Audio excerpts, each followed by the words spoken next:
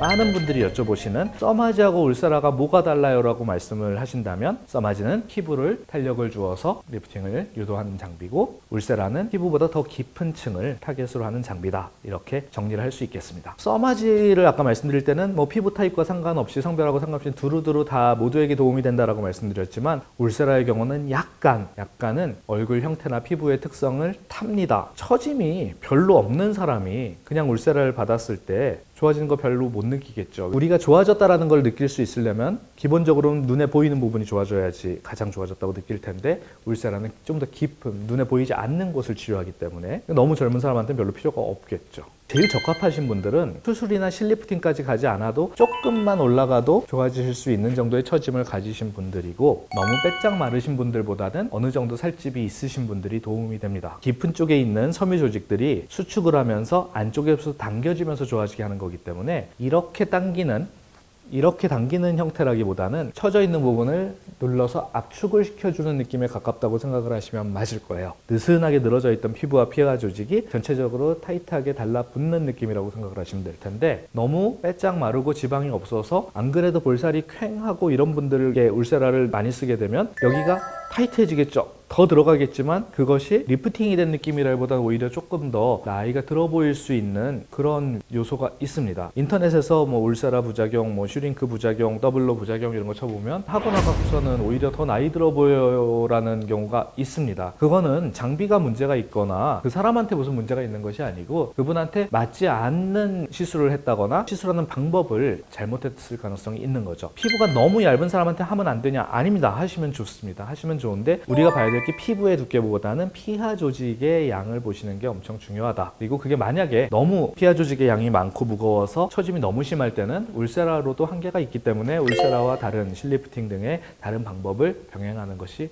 좋다. 이렇게 말씀드릴 수 있겠습니다. 울세라를 받으면 안 되는 사람이 있는지 많이 궁금해 하시는 포인트인데요. 울세라는 뭐 받으면 안 되는 사람이 있지는 않습니다. 전류를 사용한 게 아니기 때문에 인공 심박기를 갖고 계신 분들도 뭐 문제는 없는데 열 에너지가 발생을 하는 부위가 좀 깊다 보니까 필러라든지 뭔가 이렇게 얼굴에 작가지방 이식을 한다든지 이럴 때 들어가는 그 깊이하고 조금 일치하거든요. 그거에 대한 인포메이션은 시술한 의사한테 주셔야지 시술이 예쁘게 됩니다. 그 이외에는 특별한 문제는 없습니다. 켈로이드성 피부가 있는 분들도 심지어는 무리 없이 할 수 있는 이유가 피부의 겉을 전혀 건드리지 않기 때문에 피부에 문제가 있는 뭐 아토피가 있다든지 이런 사람들도 무리 없게 할 수 있는데 안면 홍조가 심하면서 좀 원래도 잘 붓는 얼굴을 갖고 계신 분들은 약간 시술 후에 의도치 않게 붓기가 조금 며칠 더 갈 수 있다라는 정도만 생각하시면 될 것 같아요. 가장 강력하다라고 이야기를 하는 울세라라고 한다면 부작용도 만만치 않는 거 아닌가 이런 걱정이 드실 수 있을 거예요. 부작용 빈도가 별로 높지 않다라는 겁니다. 거의 없어요. 이상하죠. 그렇게 강한 에너지를 준다고 하는데 어떻게 부작용이 그렇게 없을 수 있느냐. 의외로 그 이유가 간단합니다. 부작용이 일어나려고 하면 다시 말씀드리지만은 피부에 얕은 층에 문제가 생겨야 되는데 울세라는 여기를 다 바이패스예요. 여기를 그냥 지나가 버립니다. 지나가고 밑으로 들어가기 때문에 피부 부작용, 화상 이런 거 별로 생길 일이 없다라는 겁니다. 그럼 진짜 아무 문제가 없느냐? 아니죠. 모든 시술은 부작용의 가능성이 있기 때문에 울세라를 하고 나서도 열 손상을 받을 수 있습니다. 피부가. 아래쪽에서 열이 강하게 생겼는데 쏘는 방수를 많이 쏘게 되면은 그 열이 점점점 위로 조금씩 올라올 테니까. 하지만 이런 경우에도 피부의 깊은 쪽에서 발생한 열이 피부의 얕은 층으로 간접적으로 2차적으로 영향을 주는 거기 때문에 뭐 물집이 잡히는 이런 타입의 부작용은 잘 생기지 않죠. 다만 쏜 자리를 따라갖고 빨긋빨긋하게 모기 물린 것처럼 쏜 자리들이 자국이 남는 경우가 간혹 있습니다. 이것은 흉터로 남거나 이런 일은 거의 없고요. 대부분 짧으면은 2, 3일이나 그날 당일에 없어지고 길면 한 2주 정도까지 지속이 되는 경우가 있는데 결국은 없어집니다.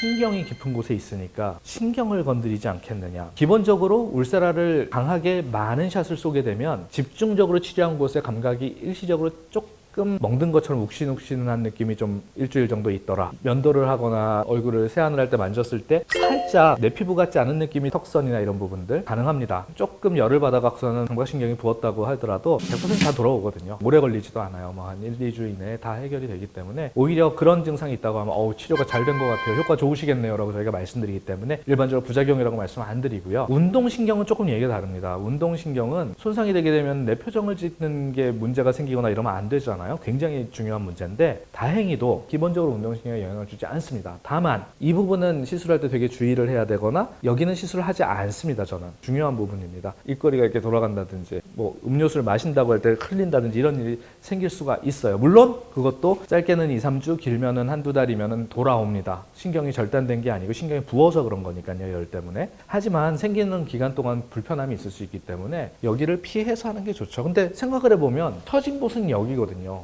심술보인데 여기를 치료할 이유가 별로 없죠. 안전한 치료에 가깝다라고 생각하시면 되겠습니다. 울세라 본체는 정품을 사서 쓰고 있는데 시술할 때마다 이걸 이렇게 끼워서 쓰게 되거든요. 이렇게 시술할 때 끼워서 쓰게 되는데 이게 소모품이거든요. 이것을 재활용을 하거나 비품을 쓰시는 경우가 가끔 드물게 있습니다. 어떤 문제가 생기느냐? 초음파는 여기서 발생을 하게 됩니다. 여기서 발생을 하게 되는데 이 안에 모든 게 들어있거든요. 이쪽에 얇은 막이 있습니다. 이 막과 피부가 접촉을 한 상태에서 여기에 진동에 의해서 초음파가 발생을 하게 되는 건데요. 쓰다 보면은 이 막 자체가 굉장히 얇고 약하기 때문에 손상이 올 가능성이 있는 부분이거든요. 재활용을 거듭을 하다 보면 어느 순간이 되면은 초음파 에너지가 화면에서 볼 때는 숫자로는 잘 나가고 있는 것 같지만 잘 나가지 않아서 효과가 떨어진다든지 아니면 오히려 너무 강하게 에너지가 발생을 해서 피부에 생기지 않은 손상을 유발할 수가 있겠죠. 효과와 안전성이라는 두 가지 측면을 모두 고려했을 때 재활용하지 않고 사용을 하는 것을 굉장히 중요하다고 생각을 합니다. 여기까지 열 에너지를 이용한 비수술적 리프팅 치료의 대명사인 울세라 리프팅 알아봤고요. 지금까지 아름다움의 시작 리더스 피부과 청담점 원장 노낙경이었습니다. 감사합니다. 커리어먼들은 일단 체형에 대한 관심이 많죠. 옷을 때 예쁘게 입어야 되고 날씬해 보이기를 원하니까 체형 관리를 위한 코이스커프팅 젤틱 시술에 대해서 관심이 많고